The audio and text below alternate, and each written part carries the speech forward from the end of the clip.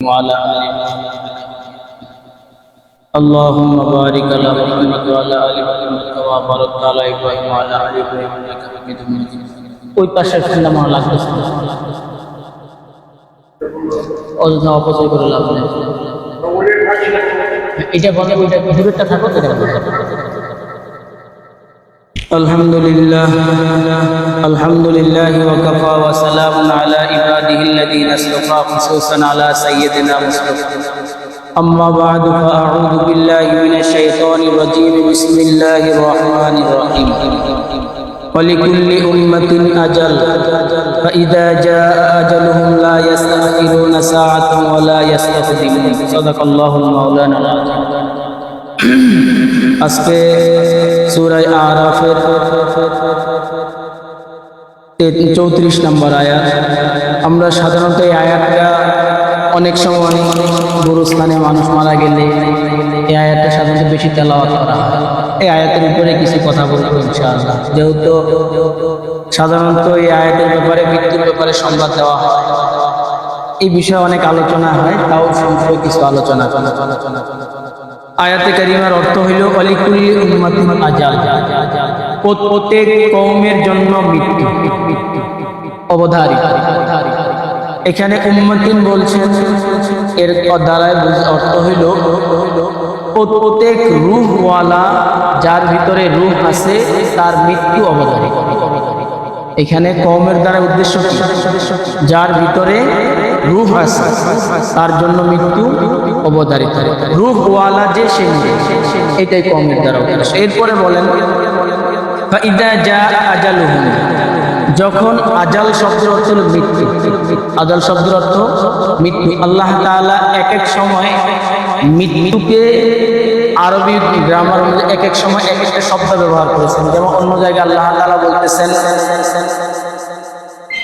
তোমরা নামাজ আদায় করো হাত্তা ইয়াতিয়াকাল ইয়াকিন, যতক্ষণ না একিন আসে। এখানে একিনের দ্বারা মৃত্যু, এখানে একিনের দ্বারাও কি মৃত্যু, আর এখানে আজালের দ্বারাও মৃত্যু।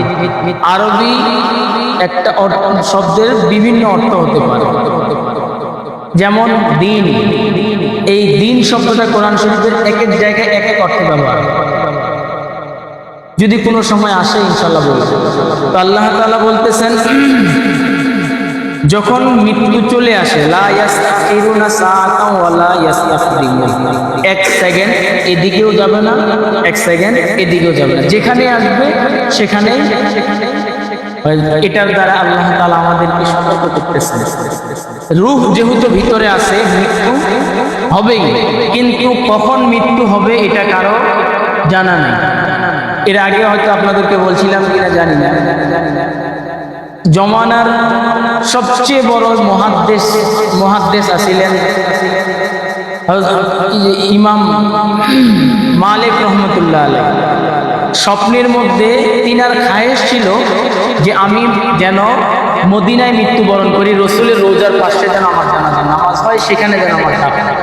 এটা খায়েশ ছিল, সবসময় দোয়া করতো। এই কারণে তিনি শেষ বয়সে মদিনা থেকে বাইরে যাইতেন আর দোয়া করতেন আল্লাহ আমারে স্বপ্নে একদিন আল্লাহ রসুল সাল্লাল্লাহু আলাইহি ওয়াসাল্লামের সাথে সাক্ষাৎ। আল্লাহ রসুল সাল্লাল্লাহু আলাইহি ওয়াসাল্লামকে বললেন যে আমার খায়েশ এসেছে। আল্লাহ রসুল 5টা আঙ্গুল দেখেন, এক হাত উঠাইয়া দেখেন। এটা দেখানোর পরে ঘুম ভেঙে গেছে। এখন চিন্তা করতেছে আল্লাহ রসুল যে আমার 5টা আঙ্গুল দেখায় না, এটার দ্বারা কি আমি 5 দিন বাঁচবো, না 5 বছর বাঁচবো, না 5 মিনিট, না 5 ঘন্টা? একটা সন্দেহ লাগছে। তৎকালীন সময়ে স্বপ্নের ব্যাখ্যা যিনি দিত ইমাম ইবনে সিরিন রহমতুল্লাহ আলাইহি, খাদেমকে পাঠাইলেন ইমাম ইবনে সিরিনের কাছে যে যাও তাকে জিজ্ঞাসা করবা একজন ব্যক্তি আল্লাহ রসুলকে স্বপ্নে দেখছেন, 5টা আঙ্গুল দেখাইলেন, এই 5টা আঙ্গুলের দ্বারা কি বুঝাইলেন এটার ব্যাখ্যা নিয়ে আসা। খাদেম যখন গেলেন ইমাম ইবনে সিরিন রহমতুল্লাহ আলাইহির কাছে, যা বললেন যে একজন ব্যক্তি 5টা আঙ্গুল কি যেন স্বপ্নে দেখছেন, আল্লাহ রসুল 5টা আঙ্গুল দেখাইলেন, এটার দ্বারাই কি বুঝাইলেন এটা স্বপ্নের ব্যাখ্যা। ইমাম ইবনে সিরিন রহমতুল্লাহ আলাইহি বলে না, ব্যাখ্যা দেওয়া যাবে না, ব্যক্তিটাকে এটা বলতে হবে, কে স্বপ্নে দেখছে এটা বলতে হবে। যদি বলো তাহলে স্বপ্নের ব্যাখ্যা, নাইলে এক পর্যায়ে কি যেন বলে, ইমাম মালিক রহমতুল্লাহ নিজে আসার পরে জিজ্ঞাসা করতেছেন যে আসার পরে এবার স্বপ্নের কথা বলতেছেন, ব্যাখ্যা কেন দিলেন না, কারণটা কি? ইমাম ইবনে সিরিন রহমতুল্লাহ আলাইহি বলে, আল্লাহ রাসূল যে 5টা আঙ্গুল দেখাইলেন, এই স্বপ্নটা বর্তমান জমানার যুগের ইমাম ছাড়া অন্য কেউ দেখতে এটা জানার স্বপ্নটা কে দেখলো, এটা যুগের ইমাম ছাড়া কেউ হতে পারে না। এই কারণে আমি স্বপ্নের ব্যাখ্যা দেই নাই, যে যিনি দেখছেন তিনি স্বয়ং যেন আসে। তো এটার দ্বারা কি বুঝাইলো, পরে স্বপ্নের ব্যাখ্যা করলো আল্লাহ রাসূল। এটার দ্বারাই বুঝাইলেন আল্লাহ তাআলা 5টা জিনিস তার কুদরতি হাতে রেখেছেন, কাউকে জানান না। এর মধ্যে একটা হলো মৃত্যু, এর মধ্যে একটা কি। এবার আসেন, আল্লাহ তাআলা যে আমাদেরকে মৃত্যু দিবেন এটা তো কেউ জানে না কখন কার আসবে।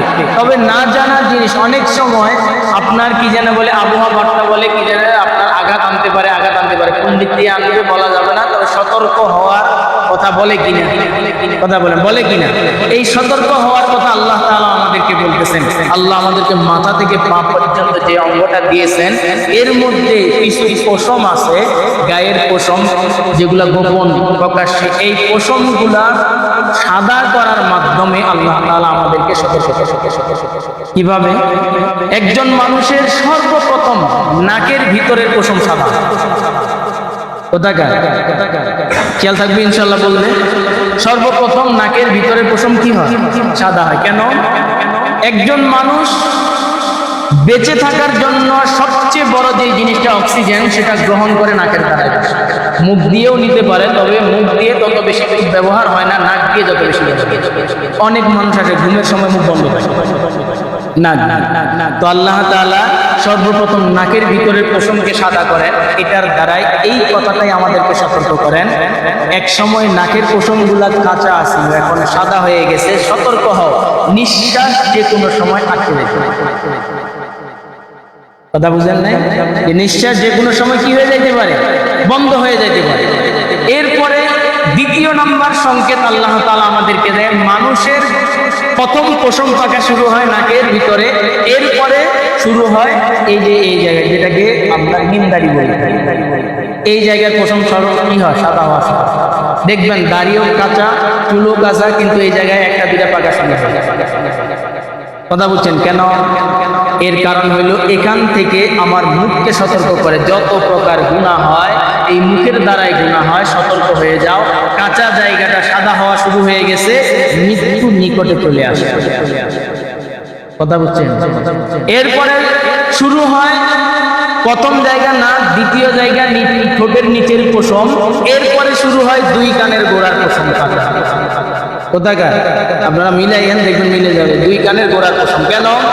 এবার এটার দ্বারাই সতর্ক করে, এই কানের পশমগুলা সাদা হওয়ার দ্বারায় যত ধরনের গুনাহ। এরপরে স্তর হইল কান, এই কানের দ্বারা হারাম জিনিসও শোনা যায়, হালাল জিনিসও শোনা যায়।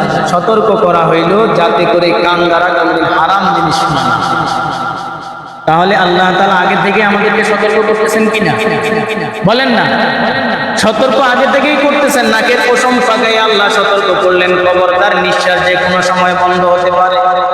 মুখের নিচের পশম সাদা করার দ্বারাই আল্লাহ সতর্ক করলেন, খবরদার মুখটাকে নিয়ন্ত্রণ করো, যে কোনো সময় মৃত্যু আসতে পারে। কানের গোড়ার পশম পাকায় আল্লাহ তাআলা সতর্ক করতেছেন, খবরদার যে কোনো সময় মৃত্যু আসতে পারে, সতর্ক হইয়া যাও। দোষ মালিককে দিবেন, মালিক কই হঠাৎ করে গেছে, তওবা করার সুযোগ দেন নাই। আল্লাহ বলে, না বান্দা, তওবা করার সুযোগ দিয়েছিলাম, নাকের পশম পাকায়া তওবা করার সুযোগ দিয়েছিলাম, মুখের নিচের পশম পাকায়া তওবা করার সুযোগ দিয়েছিলাম, কানের গোড়ার পশম পাকায়া তওবা করার সুযোগ দিয়েছিলাম। হে বান্দা, তওবা করো নাই, এই কারণে মালিকের আর দোষারোপ করতে পারবা না। তাহলে কি বুঝলাম? যে আল্লাহ আমাদেরকে মৃত্যু আসার আগে কি করেন? বলেন না, মৃত্যু আসার আগেই সতর্ক করতেছেন। কিন্তু দুর্ভাগ্যের বিষয় হইলেও বাস্তব এটাই যে আমরা সতর্ক হইতেছি। এবার আসেন, মৃত্যু আসবে, যতজন যার ভিতরে রূহ আছে তার মৃত্যু আছে। আস্তিক বলেন, নাস্তিক বলেন, বেঈমান বলেন, সবাই যারা জান্নাত জাহান্নাম মানে না, এদেরকেও জিজ্ঞাসা করেন, এরাও বলবে মৃত্যু আছে। এরাও কি বলবে? মৃত্যু আছে, তবে মৃত্যু আসবে। আর মৃত্যু আসলে মৃত্যুর যন্ত্রণা, এটাও সত্য। মৃত্যুর যন্ত্রণা কি বলেন? মৃত্যুর যন্ত্রণা তিনটা বিষয়ের উপর। একটা হলো মৃত্যুর যন্ত্রণা, মুমিনের মৃত্যু, বদকারের মৃত্যু। তিনটা বিষয়ের উপরে সংক্ষেপে আলোচনা করি, যদি না পারি আগামী সপ্তাহে। এক নাম্বার, মৃত্যু আসবে, এটার মধ্যে কোনো সন্দেহ, বলেন সবাই, মৃত্যু আসবে, এর মধ্যে কোনো সন্দেহ নাই। দুই নাম্বার, মৃত্যুর যন্ত্রণা হবে, এর মধ্যেও কোনো সন্দেহ নাই। আল্লাহ রাসূল নিজেই বলেন, আল্লাহ রাসূল নিজেই বলেন, আল মাউতু হাক্কুন, আল মাউতু হাক্কুন। এই কারণে আল্লাহ রাসূল মৃত্যু সজ্জায় দোয়া করেছেন, আল্লাহুম্মা আল্লাহুম্মা আউযু বিকা মিন গাবারাতিল মাউতি ওয়া সাকারাতিল মাউত। আল্লাহ, মৃত্যুর যন্ত্রণা থেকে, মৃত্যুর কষ্ট থেকে আমারে হেফাজত করে। মৃত্যুর যন্ত্রণা হবে, মুমিন বান্দা যে তারও মৃত্যুর যন্ত্রণা হবে, বদকার যে তারও মৃত্যুর যন্ত্রণা হবে, কাফের যে তারও মৃত্যুর যন্ত্রণা হবে, একটা ছোট বাচ্চা যে তার মৃত্যুর যন্ত্রণা হবে, অবুঝ যে তার মৃত্যুর যন্ত্রণা হবে। মানুষ তারা কি আশরাফুল মাখলুকাত, তাদেরও যেমন মৃত্যুর যন্ত্রণা আছে। আশরাফুল মাখলুকাত নয়, চোপায়া জানোয়ার যারা, তাদেরও মৃত্যুর যন্ত্রণা আছে। মৃত্যুর যন্ত্রণা হবে।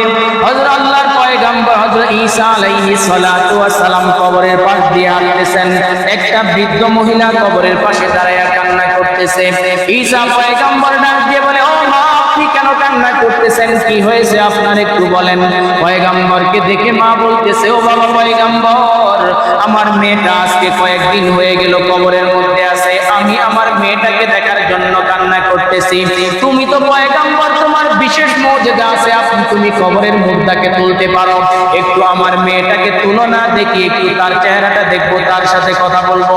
ঈসা পয়গম্বর কবরের পাশে দাঁড়িয়ে বললেন, কুম্বি ইজনিল্লাহ।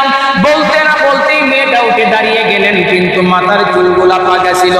মা এবার জিজ্ঞাসা করে, ও মা, আজকে কয়েকটা দিন হইল তোমারে দাফন করলাম, তুমি তো জোয়ান ছিলে, তোমার মাথার চুল কাঁচা ছিল, কিন্তু এখন সাদা কিভাবে হয়ে গেছে?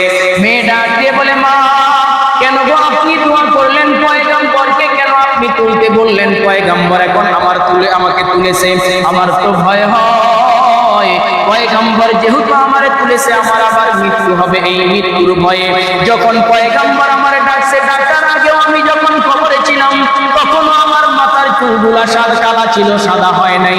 পয়গম্বর ডাকার পরে উঠতে উঠতে আমার মাথার চুলগুলা মৃত্যুর ভয়ে সাদা হয়ে গেছে।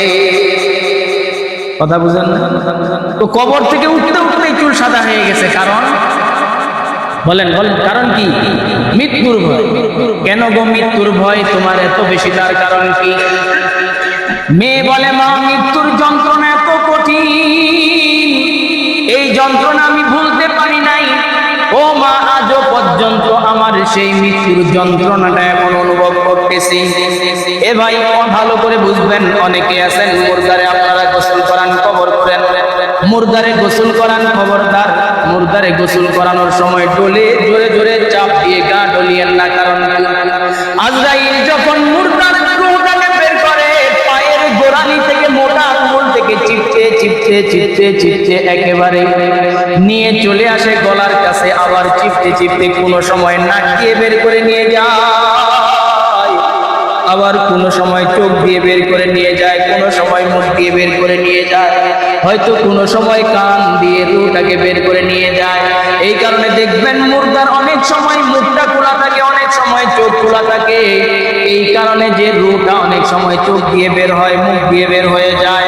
মুর্দারে যখন গোসল করায়, গা যখন জ্বলতে থাকে, মুর্দা তো কথা বলে, কিন্তু আপনি আমি তো শুনি না। মুর্দা চিৎকার করে বলতে থাকে, রে ভাই, মেহেরবানি করে আমার শরীরটারে এত বেশি জোরে ডলা দিও না রে, আজরাইল এত জোরে আমারে চাপছে, এই চাপের ব্যথাটা এখনো আমি শেষ করতে পারি নাই, মেহেরবানি করে আমারে বেশি চাপিও না, বেশি জোরে ডলা দিও না, আমার পুরো শরীরটা ব্যথা হয়ে আছে। মুর্দা ডাকে আর বলতে থাকে, কিন্তু আমরা তো মুর্দার ডাকটা শুনি না। এই কারণে মৃত্যুর যন্ত্রণা কঠিন, মৃত্যুর যন্ত্রণা খুব বেশি কঠিন। আল্লাহর পয়গম্বর আলাইহিস সালাতু ওয়াস সালাম নিজের মেয়েকে মৃত্যুর শয্যায় যখন শুয়ে গেছেন, নিজের মেয়েকে ডাক দিয়ে বললেন, বলতেছে, মা ফাতেমা, আল্লাহর রাসূলের মাথার দিকে বসা। আল্লাহর রাসূলের মাথাটা আম্মা জান আয়েশা সিদ্দিকা রাদিয়াল্লাহু তাআলা কোলের উপরে নিজের মেয়েকে ডাক দিয়ে বলে, মা গো, দেখো তো দরজার কিনারায় কে যেন আগন্তুক একজন আসছে, ভিতরে আসতে চায়, অনুমতি চাইতেছে, দরজাটা খুলে দাও। ফাতেমা রাদিয়াল্লাহু তাআলা যখন দরজার কাছে গেলেন, দরজার কপাট খুলেই দেখেন এমন একজন ব্যক্তি, মাথাটা আসমানের মধ্যে, পা জমিনের মধ্যে, চক্ষু দুইটা নীল দরিয়ার মতো বড় বড়। দরজা লাগাইয়া দৌড় দিয়ে ভিতরে চলে আসে। আসার পরে বাবারে বলে, আব্বা গো, এমন একজন ব্যক্তিরে দেখলাম মদিনায়, কোনদিন এমন ব্যক্তি এর আগে আমি কোনদিন দেখি নাই। যেই ব্যক্তিটার পা দেখলাম জমিনে, মাথাটা আসমানের মধ্যে, চক্ষু দুইটা নীল সাগরের মতো বড় বড় দেখা যায়। ও বাবা, ভিতরে আসতে চাই, এই মুসাফিরকে তো চিনি না। আল্লাহর পয়গম্বর বলে, মা, এই ব্যক্তিটা সাধারণ কোনো মানুষ নয়, দুনিয়ার কোনো মানুষ নয়, এই ব্যক্তি হইল আজরাইল, তোমার বাবারে নিয়ে যাওয়ার জন্য এসেছে, অনুমতি চায় ভিতরে আসতে। যেই মাত্র আজরাইলের কথা বলেছে, ফাতেমা রাদিয়াল্লাহু তাআলা আনহা হযরেই কান্না করে বাবাকে বলতেছে, বাবা গো, না না, আপনারে যাইতে দিব না গো বাবা, আপনাকে নিতে দিব না। ও বাবা, আপনি যদি চলে যান আমরা এতিম হয়ে যাব, আপনার উম্মত এতিম হয়ে যাবে, আপনার উম্মত কার কাছে আসবে, আমরা কার কাছে আশ্রয় নিব? বাবা গো, না, আপনারে যাইতে দিব না। আল্লাহর পয়গম্বর নিজের মেয়েকে বলে, মা, আজরাইল কারো কাছে যাইতে অনুমতির প্রয়োজন হয় না, কারো কাছে অনুমতি নেয় না গো মা, কিন্তু তোমার বাবার সম্মানে তোমার বাবার কাছে অনুমতি চাইতেছে। ও মা, তারে একটু অনুমতি দাও ভিতরে আসার জন্য। আজরাইল যখন ভিতরে আসলেন, আসার পরে সালাম করি, আসসালাতু ওয়াসসালামু আলাইকা ইয়া রাসূলুল্লাহ, ওগো নবী, আল্লাহ আপনার জন্য অনুমতি দিয়েছেন, আপনি যদি থাকতে চান আপনাকে রেখে দিবেন, আপনি যদি যাইতে চান আপনাকে নিয়ে যাওয়ার জন্য আমরা এসেছি। আল্লাহর পয়গম্বর বলে, আজরাইল, হ্যাঁ না, কোনো উত্তর আমি এখন দিব না, অপেক্ষায় আছি, জিবরাইল আসলে তারপর উত্তর দিব। মুহূর্তের মধ্যে জিবরাইল আমিন এসে উপস্থিত। আল্লাহর পয়গম্বর জিবরাইলকে বলে, ভাই জিবরাইল, আজরাইল এসেছে আমাকে নিয়ে যাওয়ার জন্য, বলো তো দেখি কি করা যায়।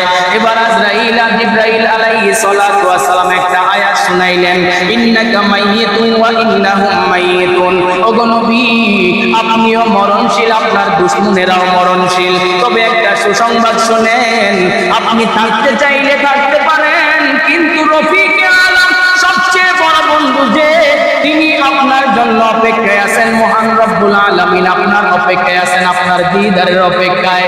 আপনি যদি যাইতে চান আপনাকে নিয়ে যাওয়া হবে। এবার আল্লাহর পয়গম্বর অনুমতি দিলেন যে আমি যাব। যেই মাত্র আজরাইল আল্লাহর পয়গম্বরের হাতের উপরে, পয়গম্বরের বুকের উপরে নিজের হাতটাকে রাখলেন, কিতাবের মধ্যে আছে আল্লাহর পয়গম্বরের পাশে ছোট্ট একটা পেয়ালার মধ্যে পানি ছিল, এই পানিগুলা নিয়ে মুখের মধ্যে লাগাইতেছে আর দোয়া করতেছে, আল্লাহুম্মা ইন্নী আউযু বিকা মিন গাবারাতিল মাউতি ওয়া সাকারাতিল মাউত। মৃত্যুর যন্ত্রণা এত কঠিন। এবার পয়গম্বর মৃত্যুর সময় উম্মতকে ভুলে নাই, যেই পয়গম্বর মেরাজে উম্মতকে ভুলে নাই, যেই পয়গম্বর হাসরের ময়দানে উম্মতকে ভুলে নাই, যেই পয়গম্বর মৃত্যুর যন্ত্রণা সামনে নিয়ে কখনো উম্মতকে ভুলে নাই। এবার পয়গম্বর জিবরাইলকে ডাক দিয়ে বলে, জিবরাইল, যেই মৃত্যুর যন্ত্রণা আমি পয়গম্বর সহ্য করতে পারি না, সেই যন্ত্রণা আমার উম্মত কেমনে সহ্য করবে? একটু আমার আল্লাহরে বলো না, আমার উম্মতের জন্য কি ব্যবস্থা করবে? জিবরাইল আমিন পাশে দাঁড়ানো, সাথে সাথে বলতেছে, ওগো নবী, আপনার উম্মত যারা নেককার হবে, দিনদার হবে, পরেজগার হবে, মুত্তাকি হবে, এদের রূহটা এমন ভাবে বের করা হবে, সন্তান যেমন মায়ের কোলে দুধ খাইতে খাইতে ঘুমিয়ে পড়লে মা দুধের বোঁটাটা মুখ থেকে বের করে নিলে যেমন তার অনুভব হয় না, আপনার উম্মত নেককার উম্মতের মৃত্যুটা এমন ভাবে দেওয়া হবে। তাহলে কি বুঝলেন? মৃত্যুর যন্ত্রণা থেকে পয়গম্বররাও বাঁচতে পারে নাই। মৃত্যুর যন্ত্রণা কঠিন, মৃত্যুর যন্ত্রণা থেকে কেউ বাঁচতে পারবে না। এইটা মৃত্যু যে বুঝবান তারও মৃত্যুর যন্ত্রণা হবে, যেই মাখলুক অবুঝ তারও মৃত্যুর যন্ত্রণা হবে। কিন্তু মৃত্যুর যন্ত্রণা এটা হবে ঠিকই, অনুভব করতে পারবে যারা বদকার তারা, কিন্তু যারা নেককার হবে এরা অনুভব করতে পারবে না। কি বুঝলেন মৃত্যুর যন্ত্রণা? বলেন হবে কি না? আরো জোরে বলেন। মৃত্যুর যন্ত্রণা থেকে কেউ বলেন, কেউ কি? হয়তো এর আগেও বলেছিলাম, সবচেয়ে শখের মৃত্যু ছিল ইদ্রিস আলাইহিস সালাম। কার? বলেন কার? ইদ্রিস আলাইহিস সালামের মৃত্যুটা ছিল শখের মৃত্যু। কেমনে? আজরাইল আসছে, বন্ধুত্ব করবে, দাবি জানাইলেন, এবার যেই মাত্র জান্নাতের ভিতরে ঢুকাইলেন পিছনের দিকে দৌড় মারছে যে আর বের হবে, আর বের হবো না, পিছনের দিকে দৌড়ে। হযরত ইদ্রিস আলাইহিস সালামকে বলা হইল আপনার মৃত্যুটা ছিল শখের মৃত্যু, আপনার মৃত্যুটা ছিল শখের মৃত্যু। এই মৃত্যুর মধ্যে আপনার যন্ত্রণা কেমন হয়েছে একটু আপনি বলেন। ইদ্রিস আলাইহিস সালাম বলে, একটা জীবিত ছাগল মাথাটাকে উপরের দিকে নিয়ে অথবা পা দুইটা উপরের দিকে ঝুলানো অবস্থায় পা থেকে চামড়া খালা শুরু করছে জীবিত ছাগল। এই ছাগলটার চামড়াটা খালায়া পা থেকে নিয়ে নাভি পর্যন্ত এক টান দিয়ে নিয়ে এসেছেন, দ্বিতীয় টান দিয়ে গলা পর্যন্ত নিয়ে এসেছে, তৃতীয় টান দিয়ে জীবিত ছাগলটার চামড়াটা খেলে ফেলেছেন। এই ছাগলটার যে পরিমাণে কষ্ট হয়েছে এর থেকে হাজার হাজার গুণ বেশি মৃত্যুর যন্ত্রণা আমার হয়েছিল। ঈসা আলাইহিস সালাম এক মুর্দার কবরের পাশ দিয়ে যাচ্ছে, বহু পুরাতন কবর, লাঠি দিয়ে আঘাত করলেন, বিসমিল্লাহ, দাঁড়িয়ে গেলেন। হযরত শাম আলাইহিস সালাম জিজ্ঞাসা করলেন আপনার নাম কি? নাম বলতেছেন শাম ইবনে আদম, আমি আদমের ছেলে শাম। মারা গেছেন কতদিন আগে? আজকে থেকে প্রায় 5,000 বছর আগে। কতদিন আগে? 5,000 বছর, বহু পুরাতন। ইদ্রিস হযরত ঈসা আলাইহিস সালাম বলেন আপনি তো অনেক আগের মুর্দা, আপনি দুনিয়াতে থাকতে চান না চলে যাইতে চান বলেন? আল্লাহর পয়গম্বর শাম আলাইহিস সালাম বলে, ঈসা যদি দুনিয়াতে থাকতেই হয় একটা ছোট্ট প্রশ্ন আছে। কি প্রশ্ন? আমি যদি দুনিয়াতে থাকি আমার কি আবার মৃত্যু হবে নাকি? যদি মৃত্যু হয় আমি এই দুনিয়ায় থাকতে রাজি নই, থাকবো। যদি মৃত্যু না হয় তাহলে, যদি মৃত্যু হয় থাকবো না। ঈসা আলাইহিস সালাম জিজ্ঞাসা করলেন কি ব্যাপার, আপনি মৃত্যুকে এত ভয় পাইতেছেন, কারণটা কি? শাম আলাইহিস সালাম বলে, ঈসা আজকে থেকে 5,000 বছর আগে আমার মৃত্যু হয়েছিল, ওই মৃত্যুর যন্ত্রণা আমি আজও ভুলতে পারি না। সেই যন্ত্রণা আজও ভুলতে পারি না। এই কারণে মৃত্যুর যন্ত্রণা খুব কঠিন, তবে বদকার নেককার। কি বলেন না? প্রথম বিষয় খেয়াল রাখবেন, 1 নাম্বার মৃত্যু সবার অবধারিত, বলেন না? মৃত্যু সবার জন্য কি আসবে। 2 নাম্বার মৃত্যুর যন্ত্রণা সবার হবে, কেউ মৃত্যুর যন্ত্রণা থেকে বাঁচতে পারবে না, তবে মৃত্যুর যন্ত্রণা হবে, কেউ এই যন্ত্রণাকে অনুভব করতে পারবে আর কেউ, বলেন না, আর কেউ পারবে না। যারা অনুভব করতে পারবে না এরা হইল যারা দিনদার মুত্তাকি হবে, তারা অনুভব করতে পারবে না, আর যারা বদকার হবে তারা অনুভব করতে। এই কারণে সব সময় মুরাকাবা করা, সব সময় মুরাকাবা করা। হে মুসলমান, একজন মানুষ নেককার হওয়ার জন্য দৈনন্দিন কমাস কম 10 মিনিট একটু মুরাকাবা করা। মুরাকাবা কেমনে করে? চোখ পুরে বন্ধ করে একটু খেয়াল করেন, চোখ দুইটা বন্ধ করে একটু ভাবেন, এই যে আমি আমার বিছানায় শোয়া আমার রূহটাকে বের করে ফেললো, আমার রূহটা আমার দেহ থেকে বের হয়ে গেল, আমার মৃত্যুর খবর মাইকের মধ্যে এলান হইতেছে, অমুক ব্যক্তি মারা গেছে, হায় আমার নামের এলান মসজিদের মাইকে হইতেছে, কিন্তু আমি শুনতেছি, কথা বলার শক্তি আমার না। আমি শুনতেছি, কথা বলার শক্তি আমার নাই। আমার পরিবারের মানুষের, আমার সন্তান আমার মাথার দিকে বসে কান্না করতেছে, আমার বিবি ঘরের কোনায় বসে স্বামীর জন্য কান্না করতেছে, ছোট্ট ছোট্ট আমার সন্তানরা বাবা বাবা করে কান্না করতেছে। এই বলে একটু মুরাকাবা করেন, চোখ দুইটা বন্ধ করে ভাবেন, চিন্তা করেন, যে আমার জন্য সবাই কান্না করতেছে। মানুষ আঙ্গিনার মধ্যে বসিয়া আলোচনা করতেছে, কবর খোঁড়ার জন্য কে যাবে, বাঁশ কাটার জন্য কে যাবে, কাপড় কেনার জন্য কে যাবে। একদল চলে গেল কাপড় কেনার জন্য, আরেক দল চলে গেল বাঁশ বাগানে বাঁশ কাটার জন্য, আরেক দল বের হয়ে গেল কবর খোঁড়ার জন্য। 3 গ্রুপ বের হয়ে চলে গেছে। আমাকে নিয়ে যাইতেছে গোসল করানোর জন্য সেই আলিশান গোসলখানায়। আমার জায়গা নাই, বাড়ির বাইরে আঙ্গিনার এক কোনায়, সেই জায়গায় আমার চতুর্দিকে কাপড় দিয়ে বেষ্টন করায়া আমারে কাফনের আমারে গোসল করানোর ব্যবস্থা করতেছে। শরীরে কাপড় দাও সামান লাগাইতেছে। আইরে 3টা কাফনের মধ্যে আমারে প্যাকেট করা হয়ে গেল। মসজিদের চাকাবিহীন সেই কাটিয়াখানা আমার বাড়ির দরওয়াজায় উপস্থিত। আমার ঘরে যে শিমল তুলার বালিশটা ছিল সেটাও কিন্তু আমার কপালে জুটলো না। ঘরে যে আলিশান আমার জামাটা ছিল, আমার প্যান্টটা ছিল, সেটাও আমার জুটলো না। ওই যে 1200 আর 1300 টাকা দামের কাপড়টা দিয়ে আমাকে প্যাকেট করে ফেললো। এবার নিয়ে শোয়াইলো সেই খাটিয়াখানার উপরে, যেই খাটিয়াখানার মধ্যে বালিশ নাই, নিচে কোনো তোষকের ব্যবস্থা নাই। আছে আছে আইরে এমনিতেই মৃত্যুর যন্ত্রণা, আজরাইলের শরীর, আজরাইলের চাপ। বিছানায় তোষক নাই, বালিশ নাই, সেই বিছানায় আমারে শোয়াইলো। পিঠের দিকে যখন চাপ লাগে চিৎকার করে, কাউরে বলতে পারে না। এই জায়গায় একটা নরম যায় বিছানার ব্যবস্থা বলবে কেমনে? কিন্তু যদি বান্দা নেককার হয় আর যদি বান্দা বদকার হয়, দুইজনের হালত দুই রকম হয়ে যায়। নেককার বান্দা যখন হয়, নেককার বান্দা জুলুম করে, আমার ছেলেরা কান্না করিস না, হে আমার বিবি কান্না কইরো না, হে আমার প্রতিবেশীরা তোমরা আর দেরি করিও না, আমারে তাড়াতাড়ি কবরের দিকে নিয়ে যাও। আমি দেখতেছি কবরের মধ্যে আমার আলিশান বিছানার ব্যবস্থা আছে। আমি বুঝি তোমরা আমার এই জায়গায় তোষক দিবা না, বালিশ দিবা না। আমি দেখি কবরের মধ্যে আমার তোষকের ব্যবস্থা আছে, বালিশের বিছানা আছে, বালিশের ব্যবস্থা আছে, সেই জায়গায় আমারে নিয়ে যাও। জুলুম করতে থাকে, চিৎকার করতে থাকে, ডাকতে থাকে, কিন্তু আমরা শুনি না।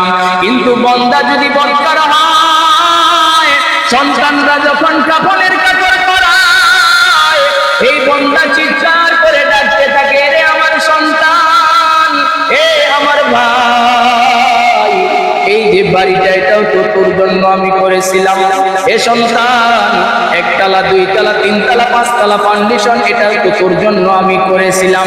এরে বাবা, আলিশান বাথরুমটাও তোর জন্য আমি করেছি, আলিশান ঘরটাও তো তোর জন্য আমি করেছি।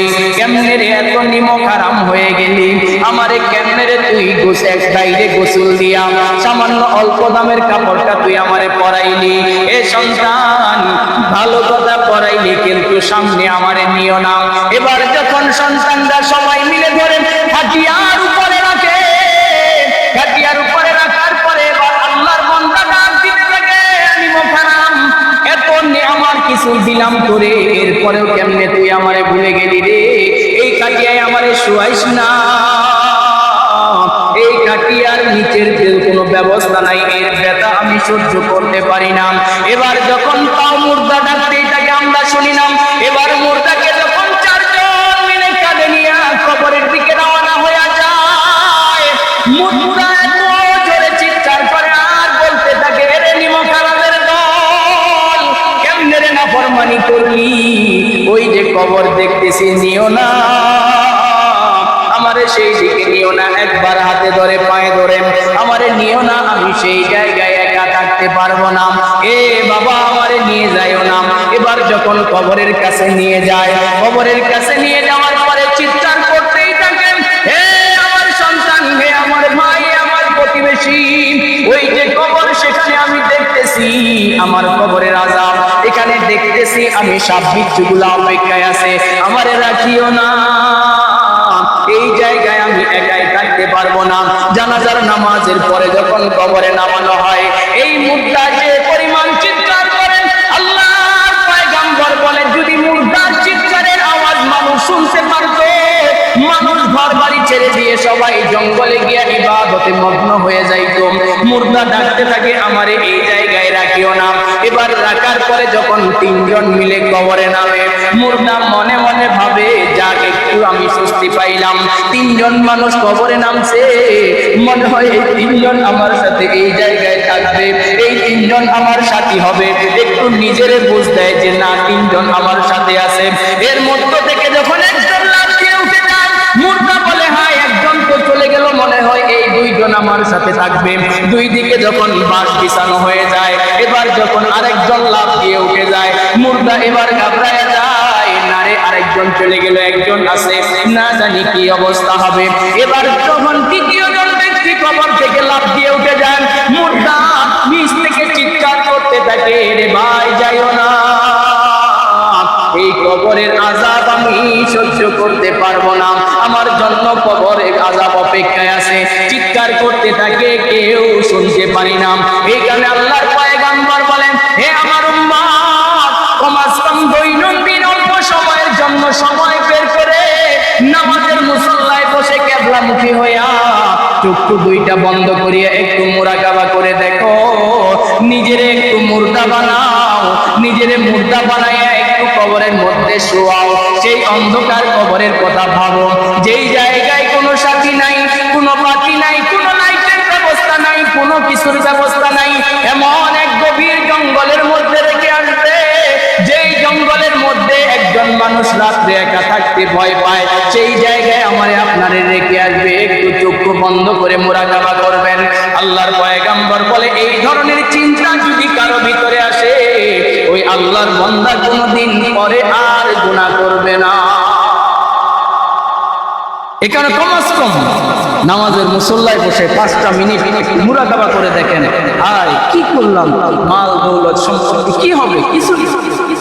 এখানে আল্লাহ বলে, লা ইয়ানফাউ মালু ওয়ালা বানুন ইল্লা মান আতাল্লাহা বিকলবিন সালিম। পুঁজি যদি নিজেই নিয়ে যাইতে পারি, সেটাই আমার কাজে লাগবে। হযরতে আবু যর গিফারী রাদিয়াল্লাহু তাআলা আনহু রাতের গভীরে আম্মা জান ফাতেমা রাদিয়াল্লাহু তাআলা আনহার কবর খনন করতেছেন। কবর খনন করা শেষ হয়ে গেলে পরে কবরে বসে বসে কবরকে বলতেছেন, ইয়া কবর আতাদরি মানিল্লাতী জিনা বিহা, এ কবর তুমি কি জানো আজকে তোমার ভিতরে কাকে রাখা হবে? আবু যর গিফারী বলতেছেন, ইয়া কবর, হে কবর, খবরদার বেয়াদবি করিও না, আজকে তোমার ভিতরে কাকে রাখা হবে? তিনি হইলেন সাইয়্যিদাতুন নিসাই আহলিল জান্নাহ, জান্নাতের সর্দারনিকে তোমার ভিতরে রাখা হবে। এ কবর বেয়াদবি করিস না রে, আজকে তোমার ভিতরে আলীর বিবিকে রাখা হবে। এ কবর বেয়াদবি করিস না, আজকে তোমার ভিতরে রাসূলের মেয়েকে রাখা হবে।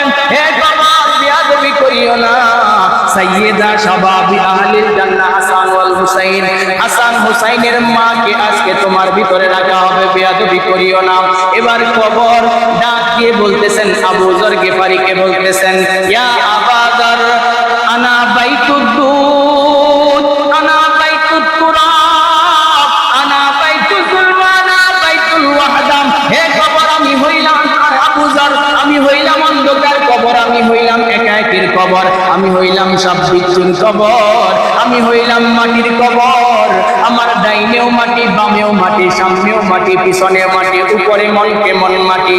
আমি এই জায়গায় আলীর বিবিরে চিনি না, এই জায়গায় হাসান হুসাইনের মাকেও চিনি না, এই জায়গায় আমি রাসূলের মেয়েকেও চিনি না, এই জায়গায় জান্নাতের সর্দারনিকেও আমি চিনি না। আমি চিনি একটা জিনিস, মান আমিলা সালিহান ফালিনাফসিহি ওয়া মান আসাআ ফাআলাইহা। কেউ যদি আমার এখানে নেক আমল নিয়ে আসতে পারে, আমি কবর তারে চিনি, আর যদি নেক আমল নিয়ে কেউ না আসতে পারে, আমি কবর তারে চিনি না।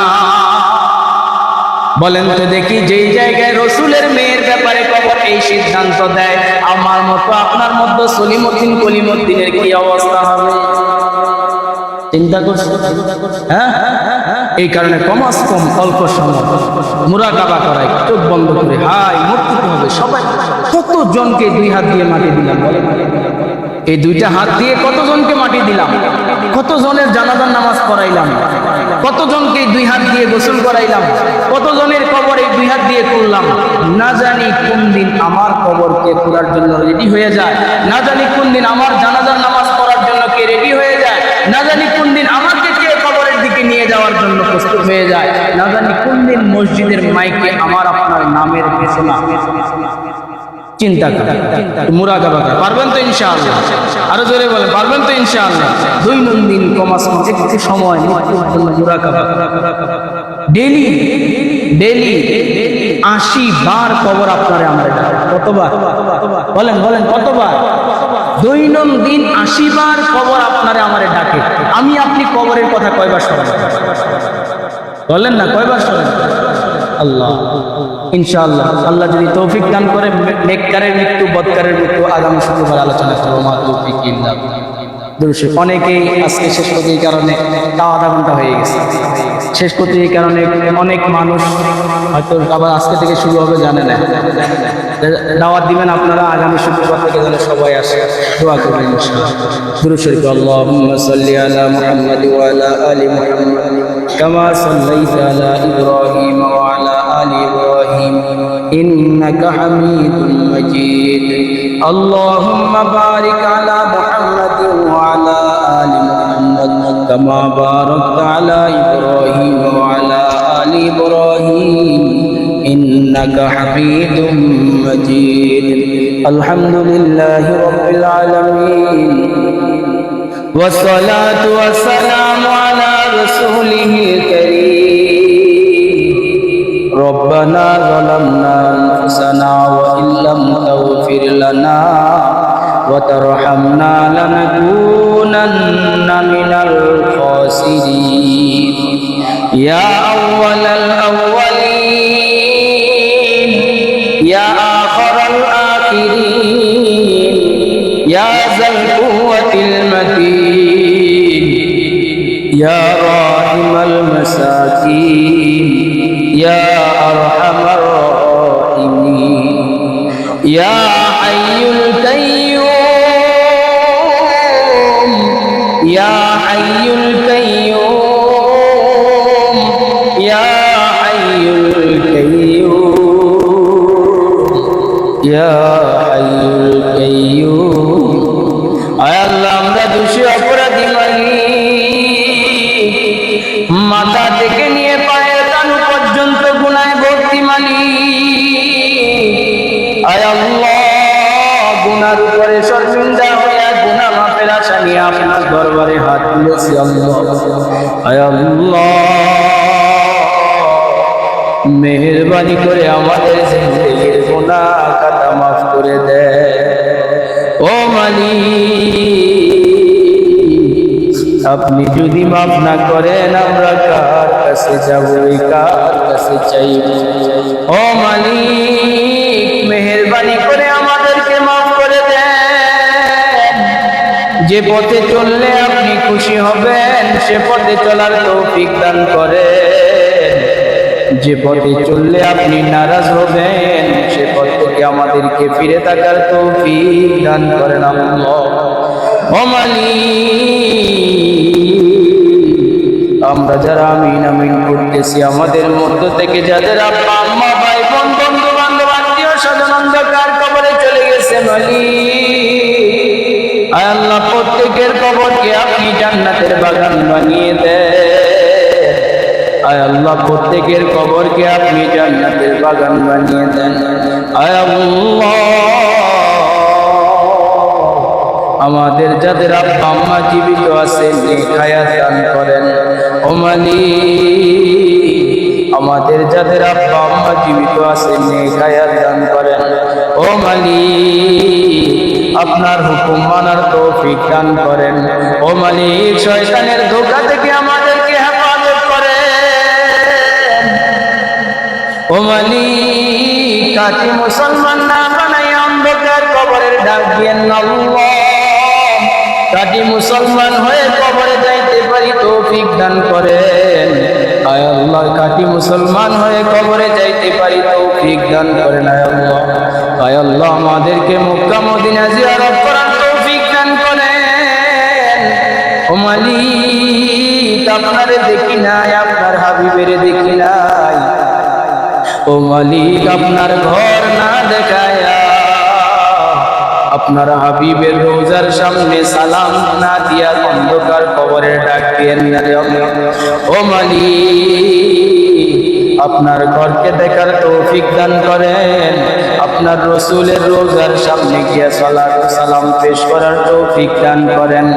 ও মালিক মৃত্যুর কঠিন সময়ে শয়তানের ধোঁকা থেকে আমাদেরকে হেফাজত করিয়েন, কালিমা পড়তে পড়তে দুনিয়া থেকে বিদায় নিতে পারি তৌফিক দান করিয়েন। ও আল্লাহ মৃত্যুর সেই কঠিন সময়ে কঠিন মুহূর্তে আপনার রহমত দ্বারা আমাদেরকে বেষ্টন করিয়ে রাখিয়েন আল্লাহ। জান্নাত দেখতে দেখতে দুনিয়া থেকে বিদায় নিতে পারি তৌফিক দান করিয়েন। ওয়া সাল্লাল্লাহু তাআলা আলা খায়রি খালকিহি মুহাম্মাদিন ওয়া আলিহি ওয়া আসহাবিহি আজমাইন ওয়ারহামনা মাআহুম বিরহমাতিকা ইয়া আরহামার রাহিমিন। আসসালামু